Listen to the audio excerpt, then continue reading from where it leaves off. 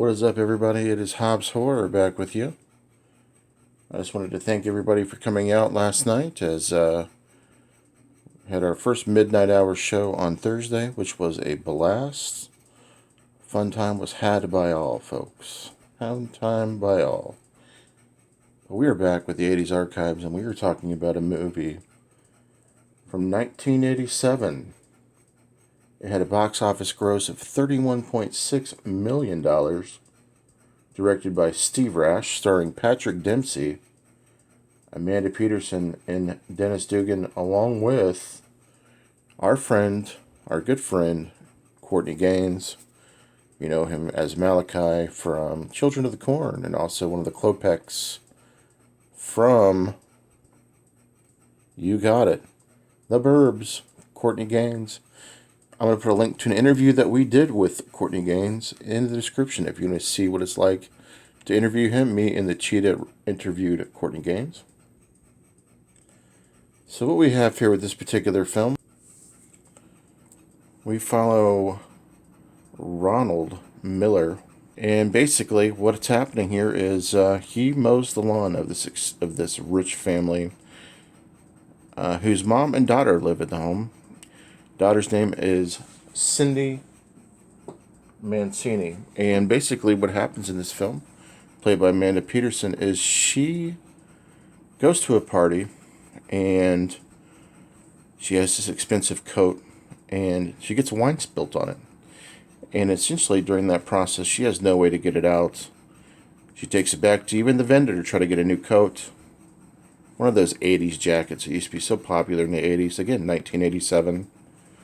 And they cannot get it out. So the only way to be able to replace this coat, that happens to be her mother's, is to buy a new one. That coat is 1,000 beans, folks, $1,000. Well, Ronald just happens to be there shopping for a new telescope when he notices that she's having a fit at the mall, trying to get the coat returned even though she did the damage. So he offers to pay for the coat in order in return for her to be his girlfriend for a certain amount of time. Now, keep in mind, this is a contract, so she reluctantly accepts it. So they go to school now as a item. Well, here's the thing. She's playing it off at the school, kind of like he's more of a friend than more of an item. He thinks is more than what it is. She starts to make him kind of from geek to chic, and makes him go to parties and stuff with her, starts dressing him up to be a little more hip. He starts to become really super popular. And basically at that point, they start to have a little bit of feelings for each other throughout the film. But the more popular he gets, things start to go downhill in their relationship. And basically everything goes to a climactic ending during the last 15 minutes of the film. I don't want to give away spoilers because I don't want to give it away, but it's a really interesting ending. Now, tragically, Amanda Peterson lost her life shortly after this film to a tragic incident. I know my sister growing up was really infatuated with her, and she was up and coming, so it's sad to see her go. But yeah, the premise of the film basically is she has to learn to coexist with him as her boyfriend, and him being what they would call a geek. It's kind of hard to deal with at school. You know, you have the jocks that are there.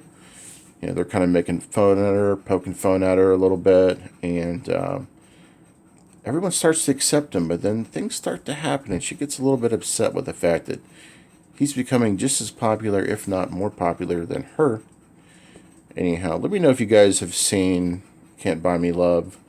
It's one of my favorite films ever. I love the soundtrack with it. Interesting fact, Paula Abdul actually did the choreography for the film, which is kind of interesting. And yeah, let me know what you guys think of this film here on the 80s Archives, folks. Catch up with you guys later. I will be back this week with more reviews.